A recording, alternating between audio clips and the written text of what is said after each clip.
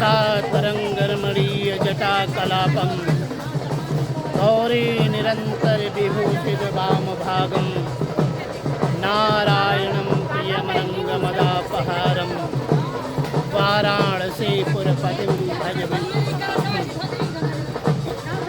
इसी ने हमसे पूछा कि अधिक मास जो पुरुषोत्तम मास है, उस अधिक मास पुरुषोत्तम मास का क्या महिमा है, क्या महत्व है।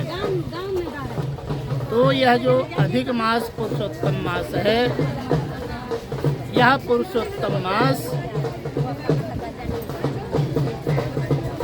निषिद्ध मास में माना जाता है, क्योंकि इस मास की उत्पत्ति जब हिरण्यकशिप नाम के जो राक्षस था, उसने भगवान से वरदान मांगा कि हम 12 महीने में किसी महीने में ना मरूं, तब भगवान हरि ने 13वां महीना बनाया, जिसको अधिक मास पुरुषोत्तम मास कहा जाता है। अधिक मास पुरुषोत्तम मास बनाने के बाद जब हिरण्यकशिप का वध भगवान ने कर दिया, तो जो अधिक मास है वो अधिक मास एक दिन ब्रह्मा जी के पास रोते रोते गया और कहा कि आपने मेरा अधिक मास बनाया है, और जब ऐसे ही निषिद्ध कार्य आपको करने थे, आपने मुझे क्यों बनाया। क्योंकि हमारे हर मासों में अधिक अधिक महिमा मानी जाती है। जैसे हमारे यहाँ चैत मास से हमारा मास प्रारंभ होता है, तो चैत मास में भगवान राम का जन्म होता है। वैशाख मास भगवान विष्णु को प्रिय होता है। ज्येष्ठ मास भी अधिक पुण्यकारी माना गया है, जिसमें भीमसेनी एकादशी आती है। श्रावण मास, आषाढ़ मास वर्षा काल माना गया है। श्रावण मास में भोलेनाथ का उत्सव मनाया जाता है। भादों में भगवान कृष्ण का जन्म होता है। अश्विन में, कुमार में नवरात्रि आती है। कार्तिक में दीपावली मनाई जाती है। अगहन मास भगवान का मास माना जाता है।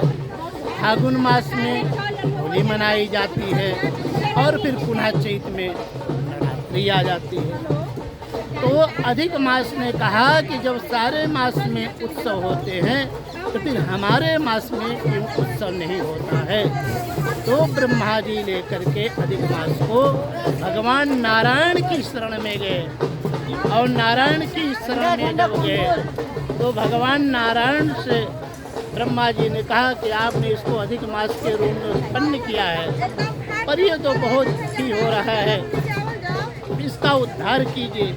तो भगवान नारायण ने कहा कि हर मास में शादी होते हैं, ब्याह होते हैं, लेकिन इस अधिक मास में ना तो शादी होगी और ना ब्याह होगा, ना उत्सव मनाए जाएंगे। लेकिन इस अधिक मास में जो भगवान की प्राप्ति के लिए कार्य किया जाएगा, जो भगवान का हमारे उपवास के लिए तीर्थ यात्राएं की जाएंगी, वो अक्षय पुण्य को प्राप्त करेंगी, वो अक्षय फल को प्राप्त करेंगी। और यह अधिक मास के साथ हमारा इस पे नाम जुड़ गया है, इसलिए इसका एक नाम पुरुषोत्तम मास हो जाएगा। इसलिए इस अधिक मास का एक नाम पुरुषोत्तम मास भी कहा गया है। ऐसा यह सुंदर अधिक मास की सुंदर महिमा का वर्णन किया गया है। गंगा तरंगरमणि जटाकलापम गौरी निरंतर विभूषित वामभागम नारायण प्रियमनंगमदापहारम वाराणसीपुरपतिं भज विश्वनाथम। हर हर महादेव। इसी के साथ काशी की पंचकोशी यात्रा प्रारंभ। हर हर महादेव।